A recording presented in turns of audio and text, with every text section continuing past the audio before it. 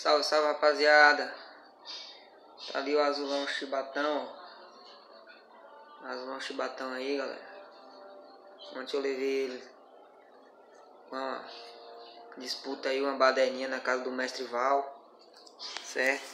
Vou passar pra vocês aí o manejo de como você levar seu azulão e ele não entopetar na baderna sem fêmea. O azulão chibatão não tem fêmea, certo? O azulão do mestre Val não tem fêmea.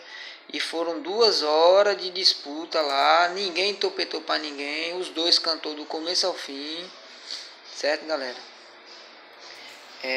Se inscreve aí no canal aí, compartilha, viu?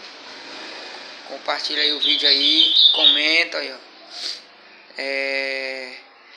Bom, galera, primeiramente, seu azulão tem que fazer uma muda boa, né? Tem que fazer uma muda boa. Esse azulão, ele veio pronto pra minha mão, veio pronto. Aí depois ele entrou em muda. Quando ele entrou em muda, minha mulher que cuidou dele na muda, deu pepino, deu os procedimentos que vocês, precisam nem falar que vocês sabem. Depois que ele saiu da muda, voltou, tava cantando muito mesmo. Daí peguei o azulão Ojoara, né, que é um aborto da natureza aí, o azulão, um fenômeno, pardo. Deve ter uns 7 meses esse azulão, mas canta muito. E disputando o dia todinho, disputando. Os dois, canto de lá, canto de cá.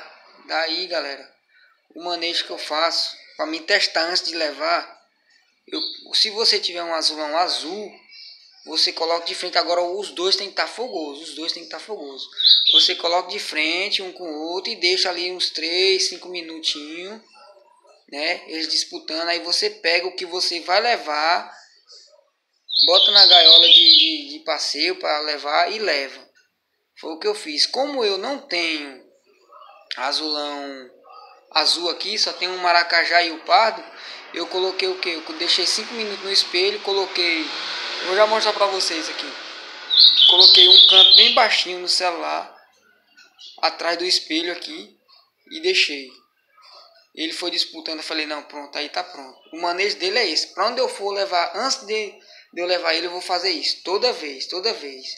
Aí quando os meus tiver azul, os outros tiver todo azul, tiver cantando, batendo forte, eu vou colocar de frente um pro outro. Então um dos manejos é esse, de azulão sem fêmea, galera. Se seu azulão nunca viu fêmea, não dê fêmea para ele não, viu? A não ser que você queira reproduzir.